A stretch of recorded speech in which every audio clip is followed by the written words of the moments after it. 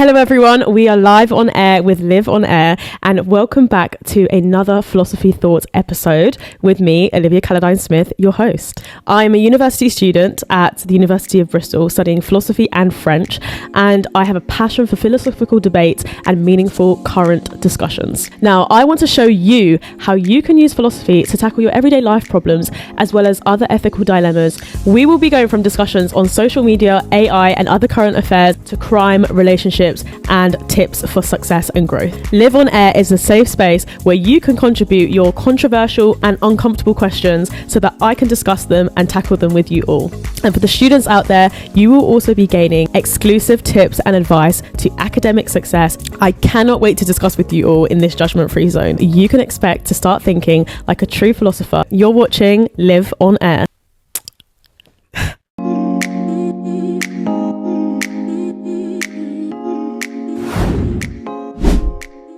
Hello everyone, we are live in the studio. As you can see, this is a very different setup. We are not in the normal Live on Air studio. We are here in the south of France, and I'm here with Jason Wood, an applied psychologist with his own practice. He also has worked for big companies such as Deloitte and So, and he is a graduate from the University of Brussels. So, enchanté. Enchanté, Olivia. Ça va? Ça va très bien, et toi? Oui, ça va très bien, merci. So today on the channel, as you can see by the title, we are going to be talking about why humans find it so difficult to stay consistent and, master productivity, and why we tend to procrastinate a lot. And I think this is going to hit home for a lot of people. So I cannot wait to have this discussion. Donc, allons-y. So as you know, Jason, a lot of people struggle with being productive, and I'm one of them, whether it comes to, revision for university or school, or, going to the gym. So, first of all, can you agree that, we do, as humans, struggle biologically to be kind of consistent and master productivity? And if so, what is the kind of psychological reason behind it? So first of all, like you said, there's a biological explanation. Two systems in your brain: the limbic system, which is an old system that manages your emotions, or at least creates and regulates emotions, and a more modern cortex, the prefrontal lobe, which is used for planification, management, and all that stuff. These two come into conflict when it comes to organizing, prioritizing, and also managing long-term or medium to long-term goals. Unfortunately, if you mix into that a bit of anxiety from the psychological point of view, what's going to happen is you're going to have to find a solution to manage that anxiety. For a lot of people, avoiding the anxiety altogether is a form of management, and avoiding anxiety results in you procrastinating, because it's easier for me to not do this difficult task and watch television just instead, because it makes me happy. The purpose of the brain at first is to make sure that emotionally we are regulated and safe, not that we accomplish big goals. That's a human target, not a biological target. Yeah. And so even though that, we're aware that, for example, we have this, we need to get this revision done, and, we know if we go into the exam, we don't actually know what we're doing, that's going to, pose a lot of problems, failure and things like that. So even if we can see, the future in terms of we could fail our exams and stuff, why is that not enough to override that feeling of comfort or safety that we choose to do when we say scroll on social media to distract ourselves? Well, on the psychological level, on the cognitive level at least, there is an explanation. It's called the present bias. Our brains are not really wired to focus on long-term goals. Again, on an evolutionary point of view, we evolved to survive one day to the next, not to plan a 6-month training challenge or putting money aside just to buy a property or just passing your exams. It's too far away. The present bias basically indicates that our brains will always prefer a short-term reward, immediate reward, than a long-term, patient, but bigger reward. We've seen from studies in the past that if you get a group of people and you propose to them either £10 today or £30 in 3 weeks, they'll systematically, a lot of them will select the £10 today. Wow. It's quite crazy, but it kind of, it is feeding into that idea of delayed gratification. So given the fact that our brains kind of work like that and we struggle to kind of delay our gratification, would you say there is a way that we can combat that and kind of rewire our habits in any way? Yeah, definitely. I mean, there's a lot of literature on the subject. I know one of the books, quite famous book on habit rewiring called Atomic Habits. It's not a bad book at all to read. When it comes to the clinical aspect, anyways, in my practice, what I tend to do is that we tend to have patients who procrastinate, and they tend to either avoid an anxious situation, such as filling in paperwork for the local authorities or something, which is always a bit problematic as a thing to do, or studying for exams. And the problem is they have a list of tasks and objectives that they want to reach, but these tasks and objectives, it's a big task of saying, succeed the university year, get on to next year, have a Apollo-like body and everything. But those are huge objectives. And unfortunately, the gain on these objectives are never immediate. You have to wait. That reward is going to come in 6 months, a year, 2 years later. So where's the reward? So what we do work on for patients on this is basically take one of these objectives and decompose it as much as possible into smaller, manageable tasks. And for each of these tasks, reward yourself. Now, it has to be a healthy reward. It has to be a sane reward. It has to be something that can be accessible easily, such as, okay, so I have to fill this paperwork for the government. Okay, well, let's decompose. There's paper 1, there's paper 2. At each paper, at each form that I've signed and sent over, I'll have a cup of tea. I'll go walk outside, get some fresh air. I'll high five myself, which is, I know it sounds ridiculous, but this self-gratification kind of thing really does help, because then your brain understands that, oh, look, I'm getting a reward for a small task, and just keeps going. It's a quite useful one. I try to do this myself, kind of break things down into bite-sized pieces so that I can accomplish tasks.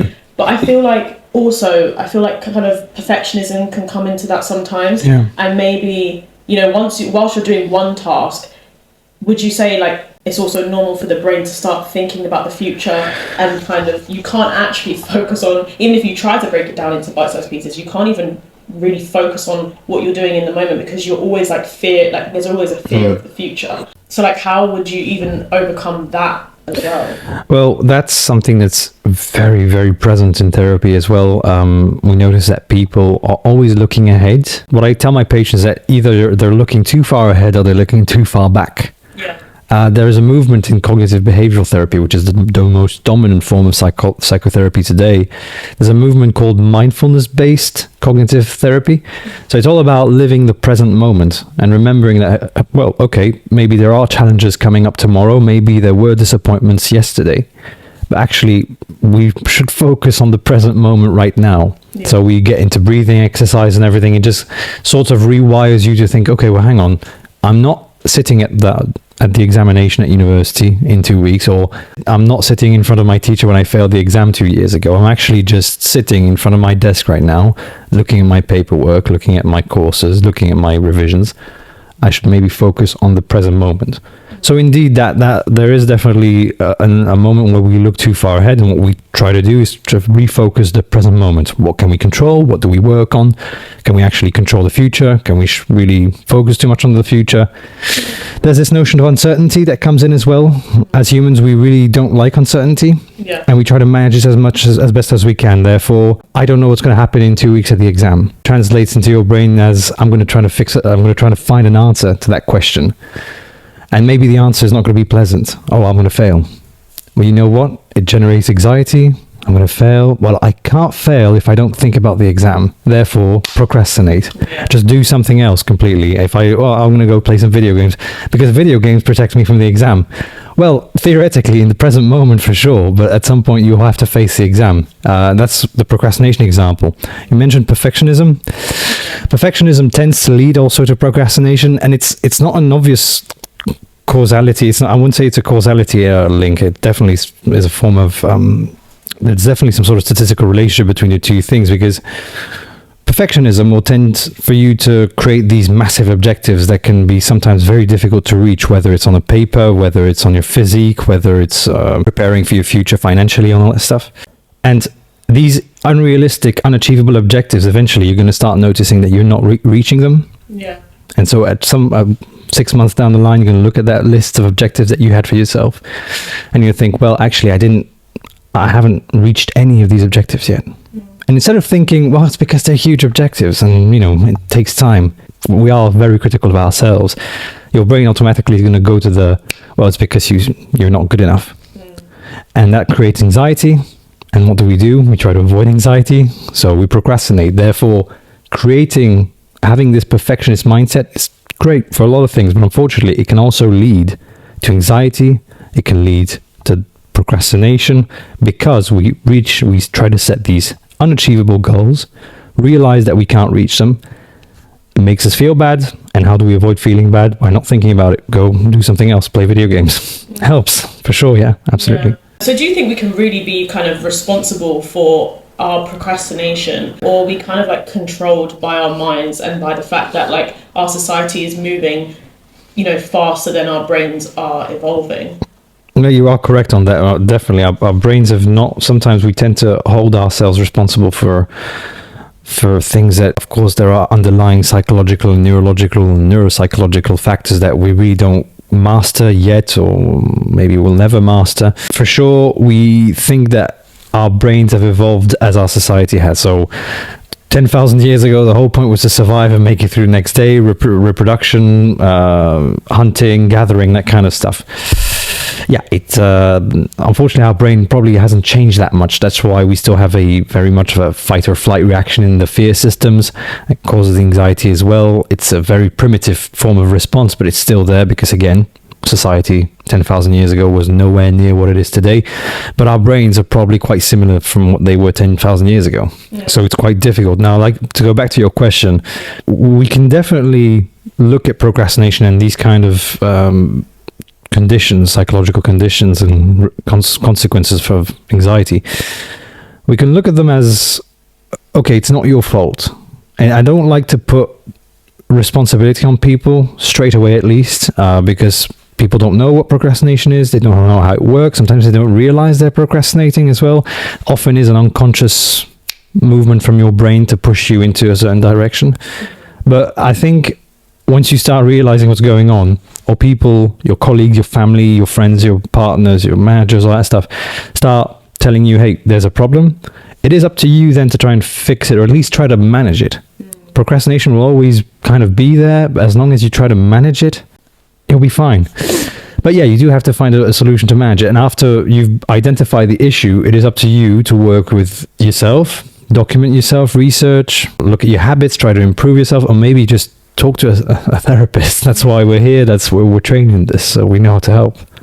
So you wouldn't classify someone who procrastinates as lazy? Because when I'm ready to do a task, or at the very last second, why is it that your body is suddenly able to do what you could, the same thing that you tried to do the week before and you just seem to not be able to do? Yeah. Say that's, or cleaning my room. I'm so bad at that. I procrastinate cleaning my room until it's literally a bomb. Then I decide to clean it. Would you say that's could be classified as laziness, or No, I would never go into laziness straight away. And what is laziness on a psychological point of view? It's very difficult to say. I think laziness has this moral judgment kind of aspect to it. I wouldn't put any kind of morality on procrastination. It is a psychological consequence of anxiety. I don't see any good or bad to it. It's obviously what society believes it to be. Now, to go to the question as to why we have this impulsive energy when we're reaching a deadline, is because suddenly that future thing we talked about earlier, this future event, the exam, is now around the corner. And by around the corner, I mean about 5-6 hours. And you start thinking, well, okay, I can avoid it, but can I really at this point? So some people find they have tremendous resources, psychological resources, and their memory works really well, and they just get into it, study. It works. Some of us get the questionnaires or the exam sheets from previous years, and they're able to find the answers and just study that. Yeah. That works as well. Of course not. I didn't do that either. But it works for some people. So some people are able to get this kind of push of energy, this drive at the last minute to accomplish something. I would say, however, it might have worked once or twice, maybe a third or fourth time, I would say be careful, because it doesn't work on the long term. It's really hard, and that's a piece of advice for university students. Maybe it can work at university for 1 or 2 exams, 3 maybe, okay. But what are the consequences of failing an exam? Retry it perhaps again, or fail the year, retry the year. Is that the only consequence? I mean, it's a big consequence, but it's not a life-threatening consequence. When you start doing this in life, where there are bigger implications after university, or outside of university, sometimes the consequences of not doing something or not doing it well can be major. And that would be a shame. So I would say, yes, this method can work. And because our brains are wired to select methods that have worked, it will say, well, it's okay, procrastinate, because last time we studied 5 hours before the exams and we got it. Yeah, it worked. But that could also be a statistical anomaly. So you have to be very careful. You have to make sure that you focus and try to at least realize, okay, I'm procrastinating. What can I do to solve this problem? Or maybe divide this issue into smaller issues that you can manage easier. Because it's just better to do that than to just 5 hours before. I mean, the anxiety levels just through the roof, the stress levels are through the roof, and it just affects your memory centers as well. So it's not really a good idea. Yeah. So in other words, like, you wouldn't really necessarily call someone lazy, or they should blame themselves, because it is something neurological behind procrastination. But I suppose we have these years, these younger years in school, in university, as an opportunity to learn how to manage ourselves and to deal with the tasks, and having a lot of tasks, and before we go out into the real world, because you can't always shy away from it and just fall into procrastination, because it can have some quite detrimental consequences. Oh, absolutely. Yeah, absolutely. Yeah. So you just picked up on anxiety as well. What would you say is also the difference between, because I noticed with stress, when I feel like I notice the difference between stress and anxiety. With stress, I feel like it actually can sometimes propels you to work. Like, stress can be like a good thing sometimes. It's natural, but also can be a good thing. But I feel like the point at which it becomes anxiety, it tends to become counterproductive, would you say? Or is there not even a difference between them? Again, we must be careful when applying a moral aspect to biological or physiological or psychological factors. For example, stress. You mentioned stress. Stress is a purely biological response. Now, we tend to mix stress and anxiety, which is fine, because some of the consequences can be the same.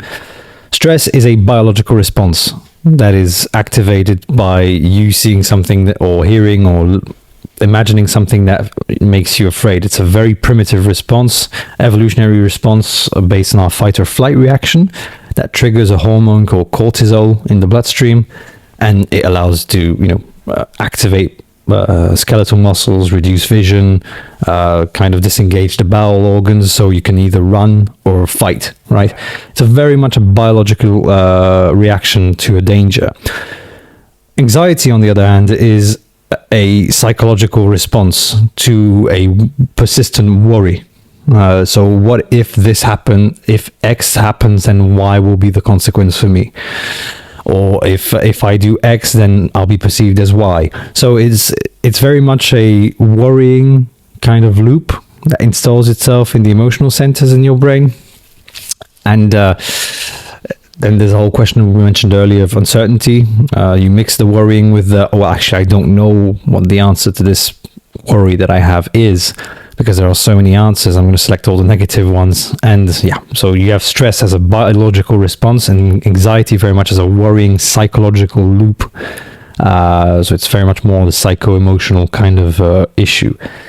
Can stress be good? Yeah, stress can be good for sure. There are models in psychology, such as the transactional model of stress from Lazarus and Folkman, developed in the United States, that says that you can have a positive stress if a stress or a stressful event or a stressful person is perceived as something that you can manage, or you have the resources to manage. Then it becomes more of a target, not a threat, but more of a challenge. Mm-hmm.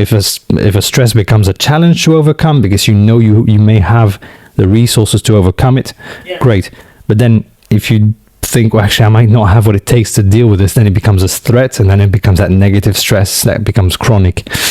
That can lead to a whole sort of issues, yeah. In terms of staying consistent or mastering productivity, I don't know if that's even achievable to master productivity, but yeah, in terms of doing those things, I suppose it takes quite a lot of discipline. Would you say that our bodies are set up in a way that helps us be productive? No. Or do you think this stress and this anxiety kind of like actually works against us? And so there's like this constant tension. Would you just say that discipline is something that we're born with, or do you think we need to kind of learn the... Yeah, so nature versus nurture again. Now, when it comes to discipline, I think that there is a big part of social learning. If you grow up in an environment that is quite well disciplined and teaches you to be well disciplined, there's a high chance you may be disciplined.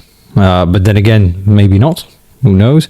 So obviously, around you, friends, family, immediate family usually is quite useful. Your boss, colleagues, or partners, they usually help with this social learning throughout your life. Think, okay, what does it mean to become disciplined? What does it mean to be motivated? What does it mean to reach a target or define a target?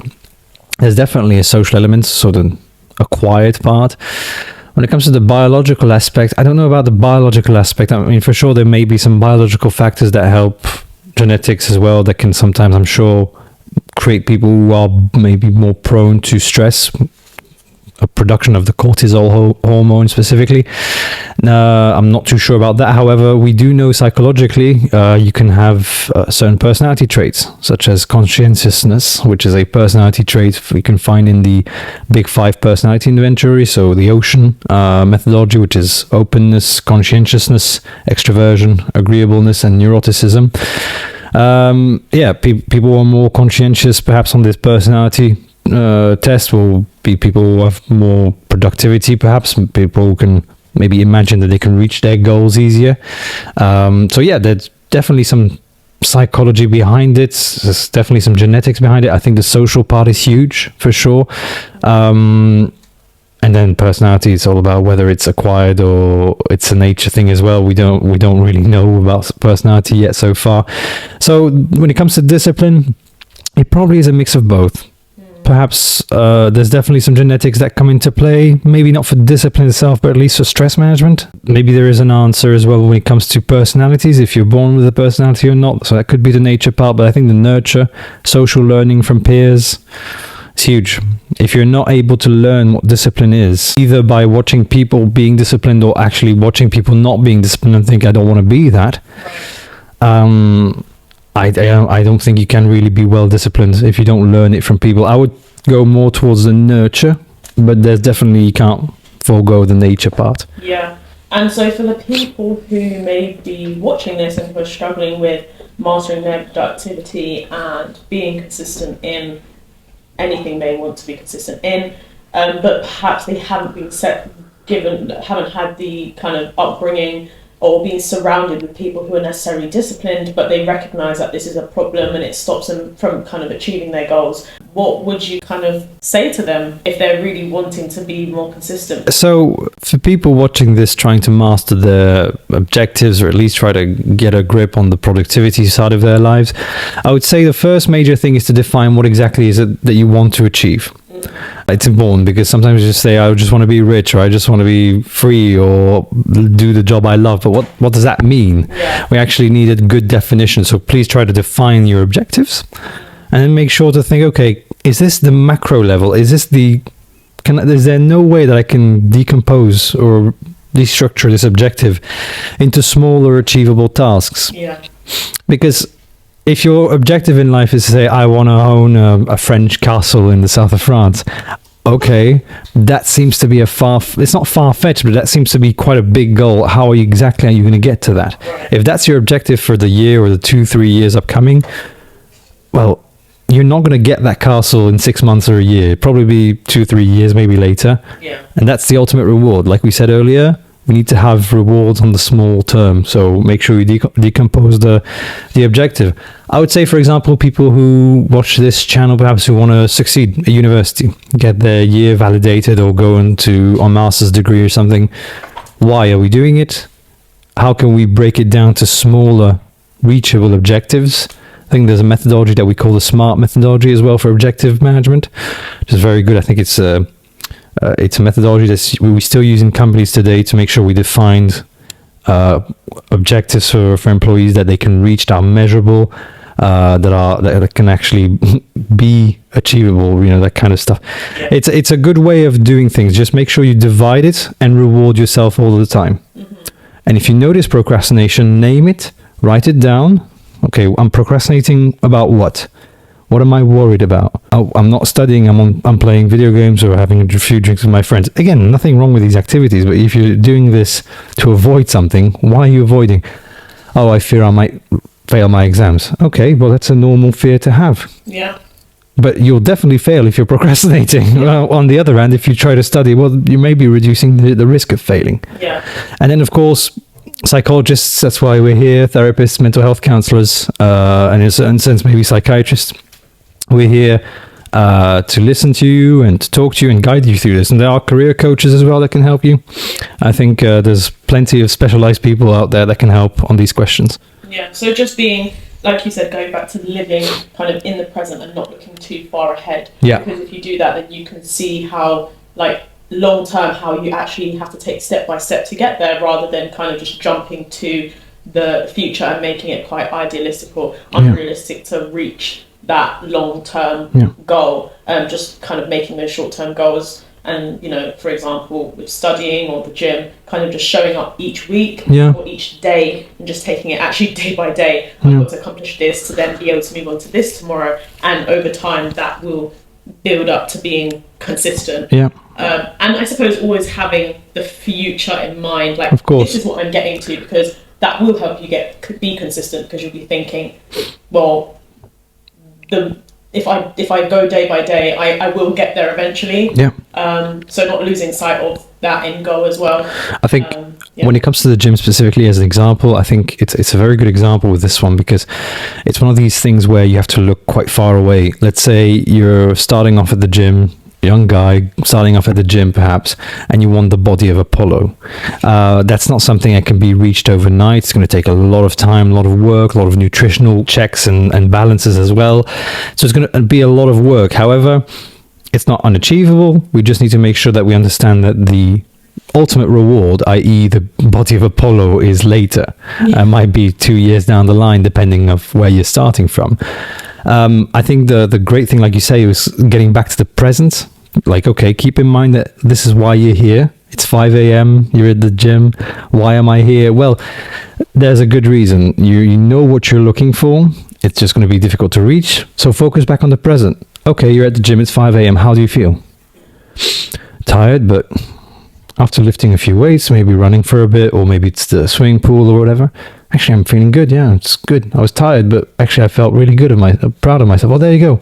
That's your high five. That's the reward that you're looking for. Yeah. And then when you start activating in your brain or in your psyche and your consciousness in general, the idea that what I'm doing is good for me, it's working towards a greater goal, you won't procrastinate anymore. Not on this task anyways, because you'll understand that, well, actually, I know why I'm here. I know it's small gains for later bigger treasures, but it's useful and it's making me feel good about myself. And that just makes me think of something as well. This kind of like fear of failure and being the reason why we procrastinate.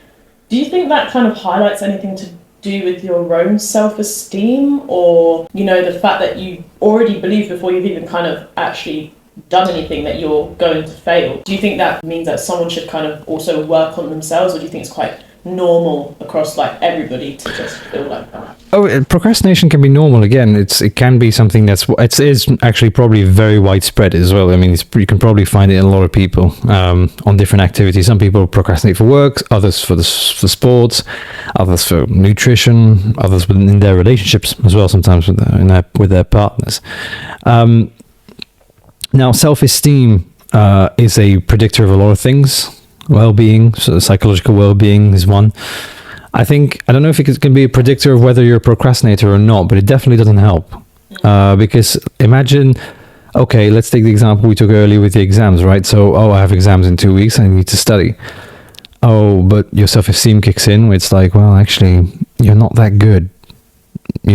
yeah, maybe you're not that good of a student. Maybe you don't deserve this degree. Maybe you don't deserve to be here.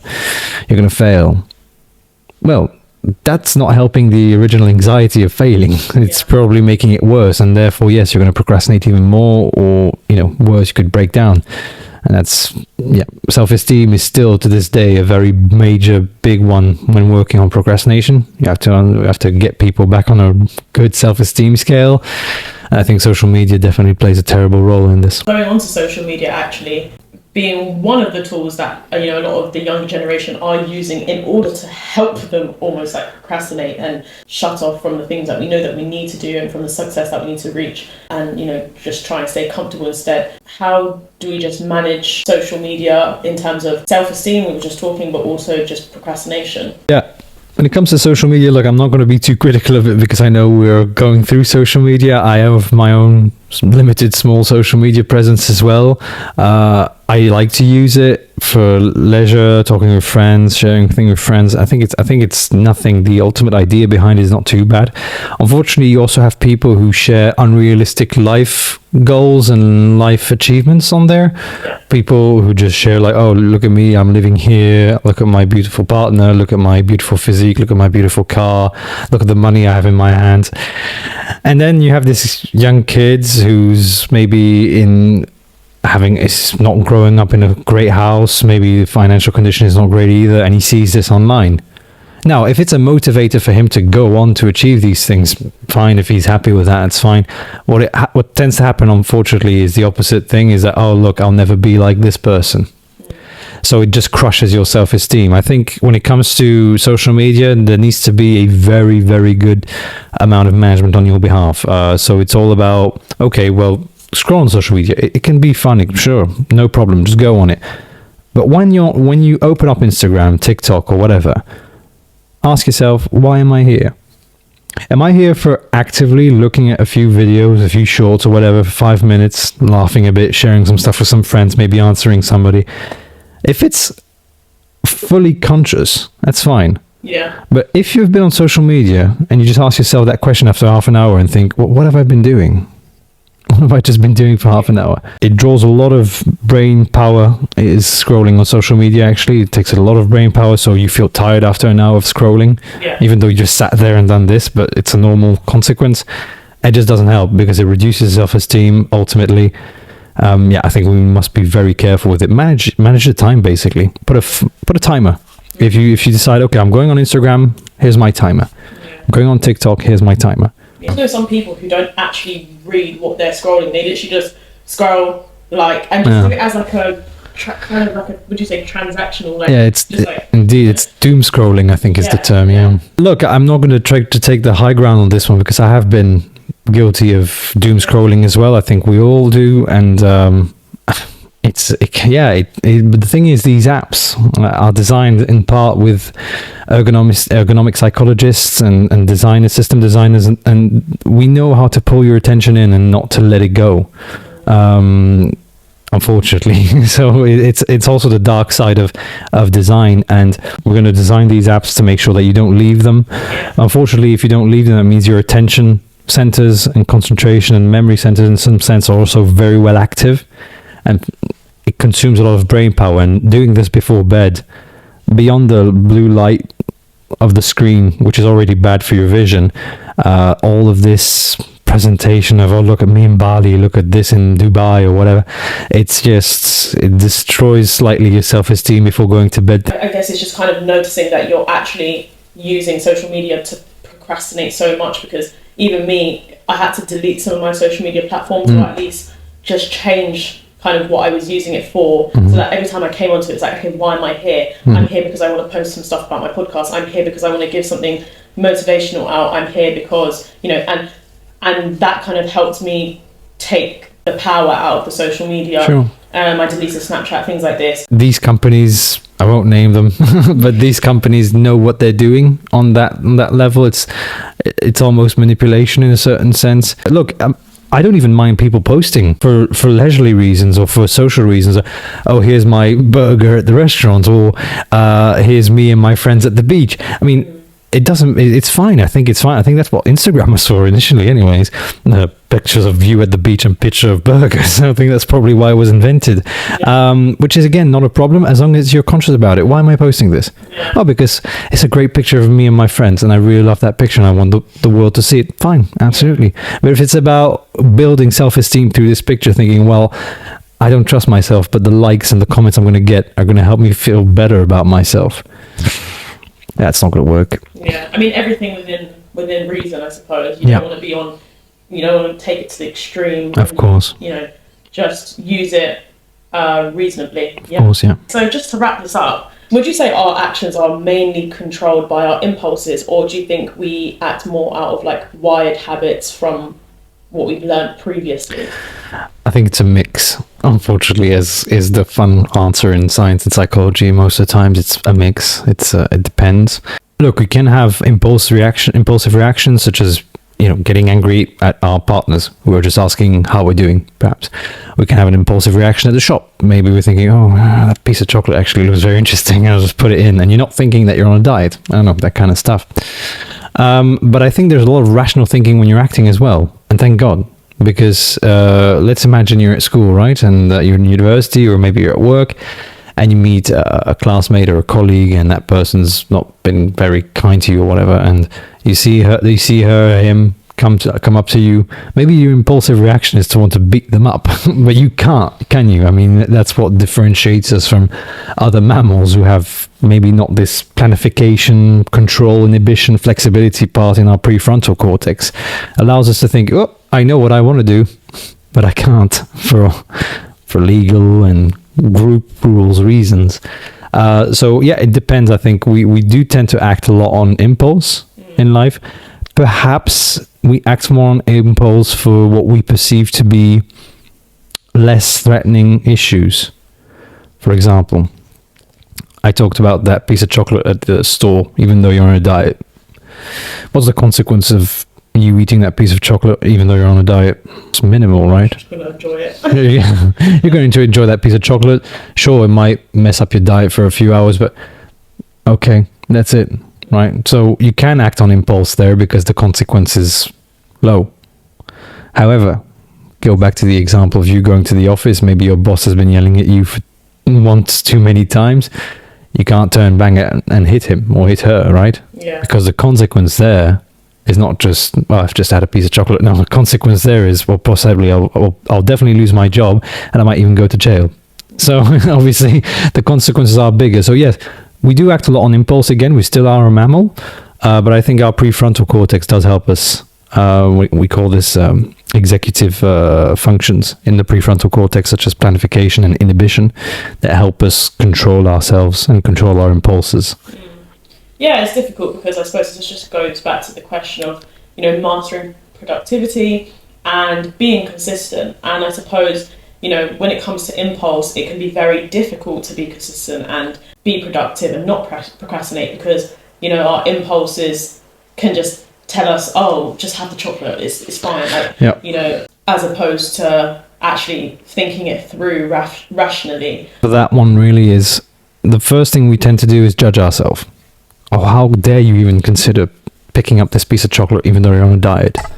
Well, that's not the best response you must have. The first response that one must have really should be, okay, the chocolate was well positioned. I'm a bit hungry. I felt attracted to the idea of the deliciousness of the chocolate. And that's fine. Again, marketing works with psychology a lot in order to make sure that you're going to buy that piece of chocolate. That's the whole point. You know, some of the big chocolate companies aren't selling these things on an ethical way, saying, well, you know, buy it if you want. No, it's always pick this chocolate. It's the best one. So obviously your brain's going to just be attracted to it straight away. So don't judge yourself too harshly for looking at it or noticing it or thinking, oh, I want some chocolate. It's fine. It's it's sugar and all that stuff. We want it all the time. The most important thing I would say is to just look back at the situation and think, okay, why do you want this piece of chocolate? Not judging yourself harshly, positively, whatever. Just ask yourself the question, why that piece of chocolate? Well, I've had a hard day. Okay, will the chocolate solve the problem? Or does maybe, you know, your dinner as you had planned it, relaxation, maybe a bit of sports, maybe a bit of a bath or something, will that help better than a piece of chocolate? Yeah. Which will probably actually work as a counterintuitive solution. I don't know. Yeah. But if you take the chocolate, that's fine. But do it fully consciously. Do it as a fully conscious decision. I know it's going to mess up my diet slightly, but that's okay. I wanted it. I'm going to take it. Fine. Don't judge yourself, though. There's no point. This is great, actually, because it kind of makes me think with anything, like whatever decision I make, if it stops me from being consistent or wanting to reach my goals, it's always just being conscious of, like, why am I doing this? Will this help me reach my goals or not? And I suppose that will make it easier to actually make the decision of whether you're going to go ahead and do something that's going to, like, self-sabotage, or whether you're going to choose the other thing that's going to kind of help you long term rather than short term gratification. Yeah, absolutely. It's just always, again, just make sure you're kind to yourself, because the world can be quite unkind to you. Other people will be unkind to you, and you're supposed to be your number one fan. Yeah. And we tend to be too harsh on ourselves. And how can you succeed anything if your number one fan is not even on board with you? Always try to judge yourself more neutrally, at least neutrally, and then maybe we'll see about positive. Yeah. That's always a better thing. Well, that is everything for today's episode. I hope you guys really enjoyed this discussion. I did, definitely. And thank you so much for being here today, Jason. No, it's my pleasure. Thank you. Thank you for being Live on Air. Yes. Make sure to tune in to all my other episodes. Subscribe to my channel so you don't miss out. That is Live on Air with Philosophy Thoughts. It's Olivia Caroline Smith, your host. Goodbye.